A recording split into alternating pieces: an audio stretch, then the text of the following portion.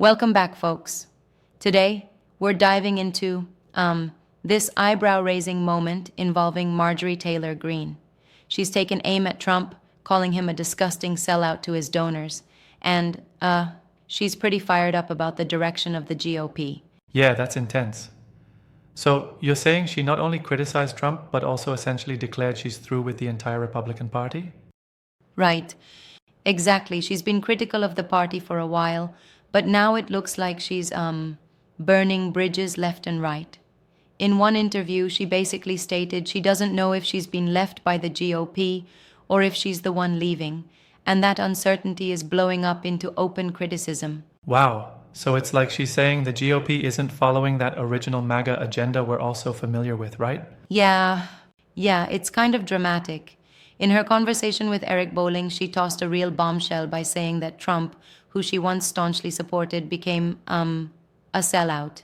She argued that his actions are out of sync with what the core base actually wants. Uh-huh. That's a major pivot.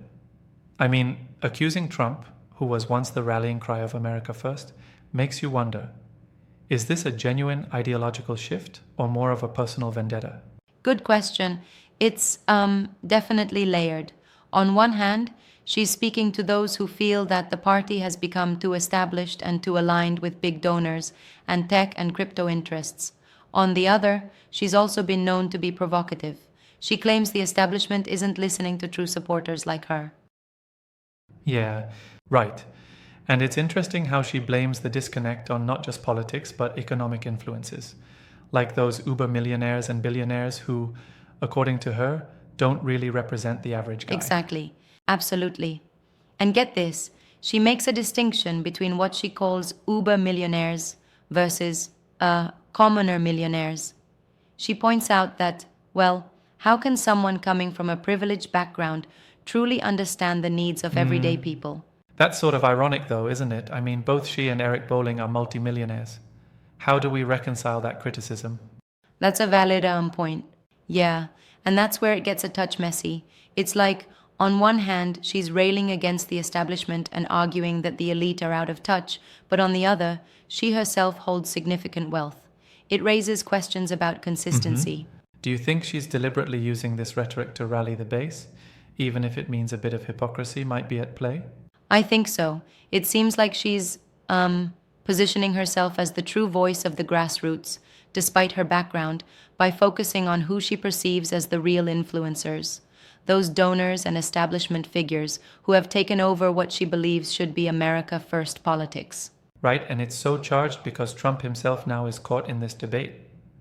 Previously, he was the unifying figure, but now he's being accused of not really standing by the principles that got him support in the first place. Yeah, exactly. She's highlighting that shift. It's almost like she's saying, look, I supported the America First movement wholeheartedly, but now I see that the leadership isn't listening to the very people who helped get us where we are. I mean, it definitely points to the broader tension within the GOP.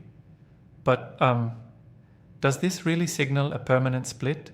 Or is it more of a passing phase in the ever-evolving political landscape? That's the million-dollar question, isn't it? Some argue that this could be the beginning of a schism where the party further divides between the establishment wing and the populist base. She seems to be betting on this divide becoming more pronounced. Yeah, but couldn't it also be a calculated move on her part? I mean, sometimes such bold statements are part strategy to carve out her own path away from the party's mainstream. True, that's a reasonable critique. It could in fact be a maneuver rather than an absolute ideological change.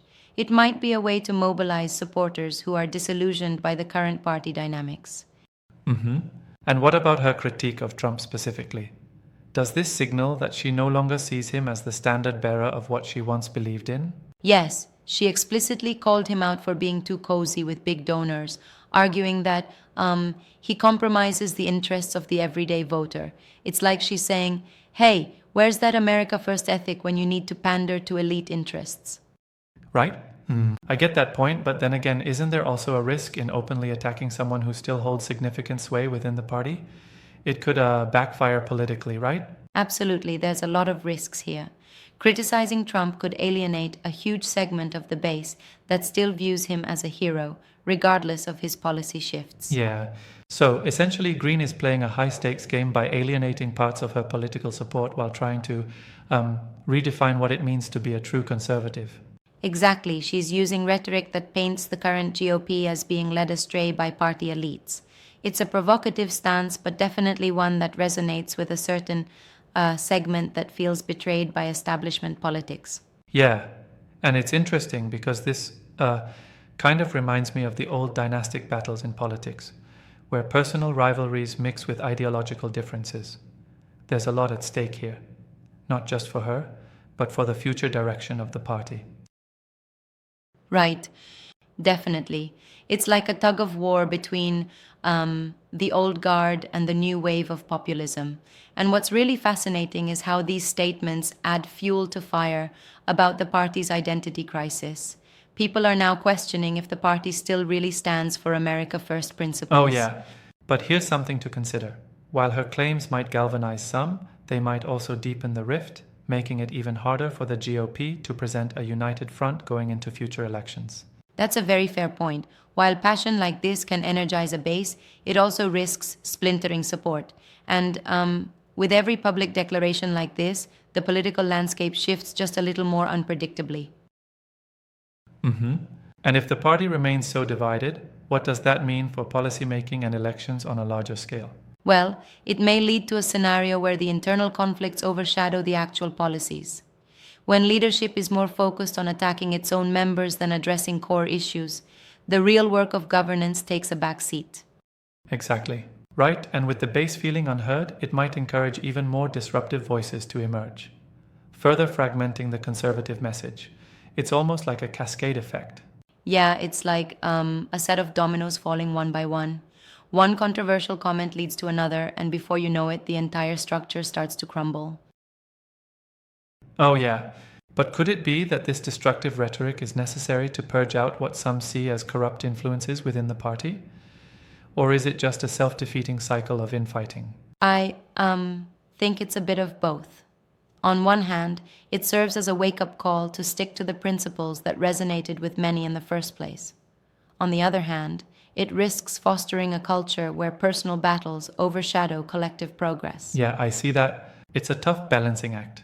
And honestly, it's fascinating to see how one comment can ripple out and highlight the deeper ideological divides in the party. Absolutely.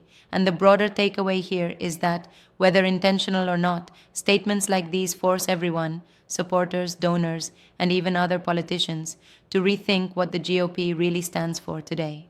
Mm-hmm. Right, and with the upcoming elections, having such clear internal divisions could really impact voter turnout and party unity. Do you think there's room for a compromise here, or are these divides too deep? I think there's always a possibility for compromise, but right now, it seems the wounds run deep. This isn't just about policy, it's personal, ideological, and based on a real sense of betrayal that some of the base feels. Yeah, it'll definitely be interesting to see how this unfolds. Thanks for breaking this down. We'll have to keep an eye on how these internal battles shape the future of the GOP.